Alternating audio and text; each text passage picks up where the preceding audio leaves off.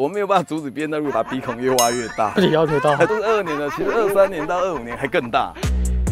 每次影片看到都非常漂亮。不要啊！这傻小啊！改装，然后改装的时间是吗？然后改装，哎，队长。 然后改装呢，来乱的 ，BMW 大7，又是劳改新啊，对，又是劳改新，没错哦。我们来看一下，噔。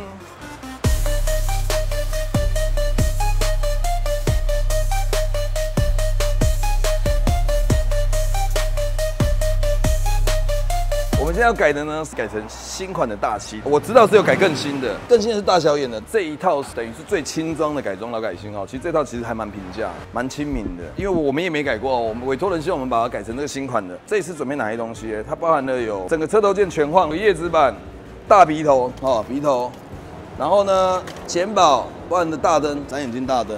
副厂的不用编程哦，整个直上的，不用切叶子板，直接换后保、后盖板、后车厢也不用换，它只要换它的后面板跟后尾灯，包含了排气管、侧裙，还有一块哇，这引擎盖真超级巨大，会不会有很多问题？各家劳改新出的零件，每家水平不一样，我们把东西先订回来了哈，看看这一次装起来顺不顺利。哎，如果是顺利的话，我们就推荐给大家改装，然后改装的时间是吗？然后改装，哎，队长。 然后改装呢，来乱的。然后改装的时间非常短哦，金额也非常合理。我们来看这台车整理起来到底怎么样子，好不好？看这集，我们接着走下去，走。我们先从简单的改车尾开始。 画面中的这台大7是2017款，首先把旧款的尾灯与后保拆除，反正就是掌握了拆字诀就大致可以完成。后箱部分保留下来，后箱灯跟面板也一起清掉。接下来试装20年大7贯穿尾灯的零件，包含后保跟后车厢的试装检查一下，是否需要修正密合度的部分。车头要完整升级成20年新款大鼻头的外观，这次要拆的范围就比较大了，复杂度也相对较高。依序拆除这些零件，尤其是各种大小不同的螺丝、螺帽、线组、插头。 卡扣这些零件都要靠师傅仔细分类并记录。值得一提的是，一台车如果要拆下叶子板，连侧裙都要先拆掉，几乎拆完所有车头零件才能换下来。所以外界换装叶子板的工资自然也是最复杂、最贵的。不要啊！这傻小啊！真的是受不了。每次影片看到都非常漂亮。老板，这个东西很好装啊，那就不是这么一回事嘛，是不是？来看一下哦。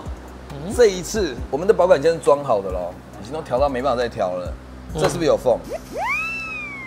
有，大灯往前调就好了。如果大灯往前调，就会砸到以后关引擎盖，就大灯就会被引擎盖砸破。那引擎盖跟大灯一起往前调，可以了吧？可以吗？你有没有看到这条线？这条线是叶子板的线。如果这个引擎盖跟叶子板这边往前调之后，这边就对不到。但我现在后面全部都调好了。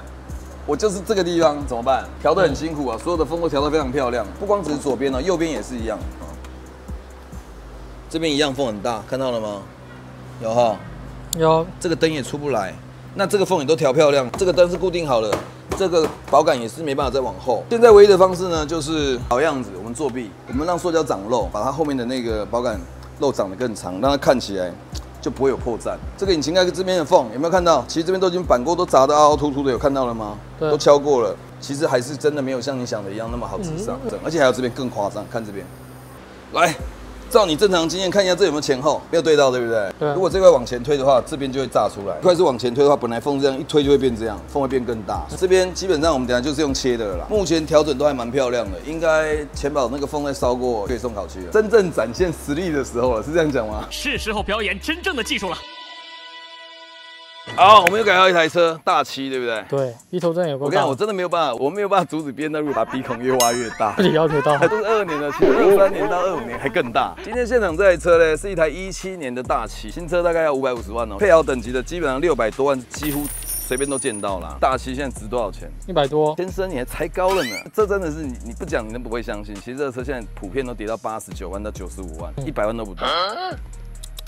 是不是真的跌太凶了？好多的但大七它跌的原因，其实真正只是因为大部分买大七的人就是拿来扣税了。一些老板开舒服嘛，新的就要换，无可厚非的。这车就跌价跌得非常凶，其实它并没有什么不好。这个室内内装还非常的新，冷气也很冷，动力也都很充足，重点很舒服。好，我们来讲一下我们这次为什么要改它。其实这个案子做完之后，我的心得是这种改法是蛮推荐的。这次我们是不是换了一整块引擎盖？对，换了引擎盖、叶子板跟大灯板这个前保。那当然这里面要调整密合度东西，我们修了蛮多地方的，包含 A 柱引擎盖长度不对，这边大灯缝超大，鼻头扣不紧，鼻头扣上去就弹出来，扣上去就弹出来，就是这个材料不贵，所以它有很多材料出厂的瑕疵，事实上就是要靠我们去把它修正完。台湾常常会改装纠纷，真正的问题就是因为大家去买了大陆的东西便宜了之后嘞，可以直上，这么难装的东西关我什么事？所以装不漂亮之后就会吵架。这个师傅有没有愿意把他发现的公差去调整或者修改，把它尽量把它装漂亮？因为东西便宜已经是事实了，剩下就靠技术了。所以这个车我现在装起来，其实事实上没什么问题。大鼻孔里面的电动这个闸片还会动，对，发射它都会打开，做到这个程度。而且大灯是免编程的，这一组大灯只要1万多块，它破了就不要了。因为原本大七一对大灯，如果是正常原装全新的，要18万以上。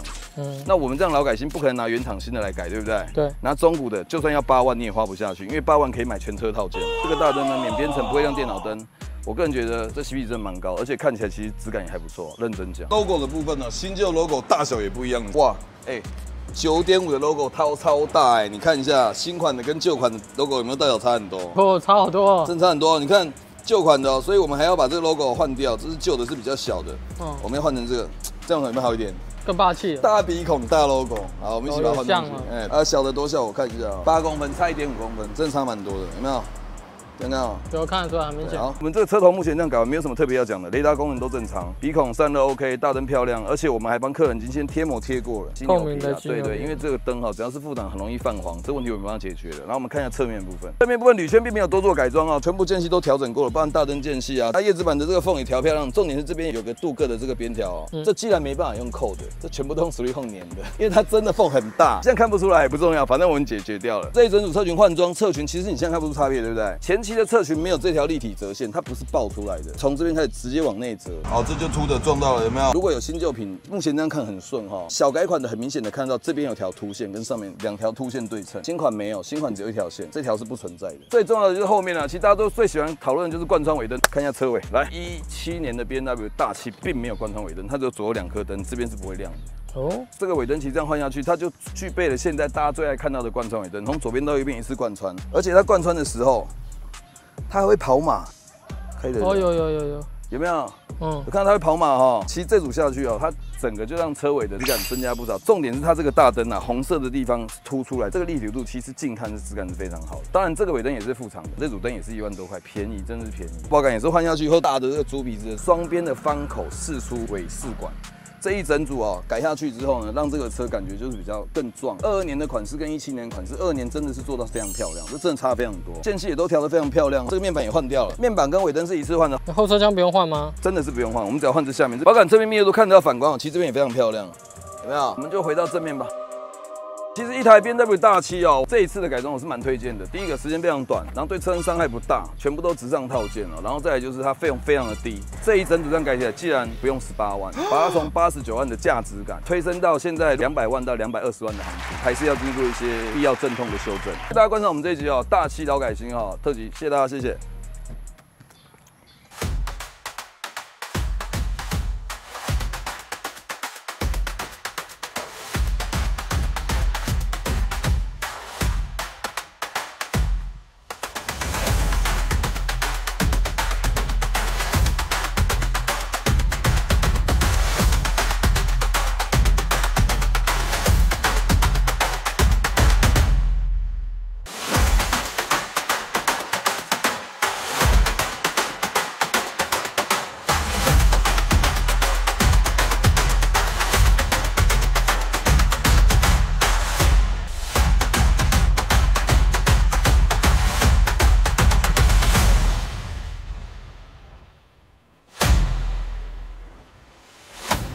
老板，隔壁那台是同款的吗？同台车吗？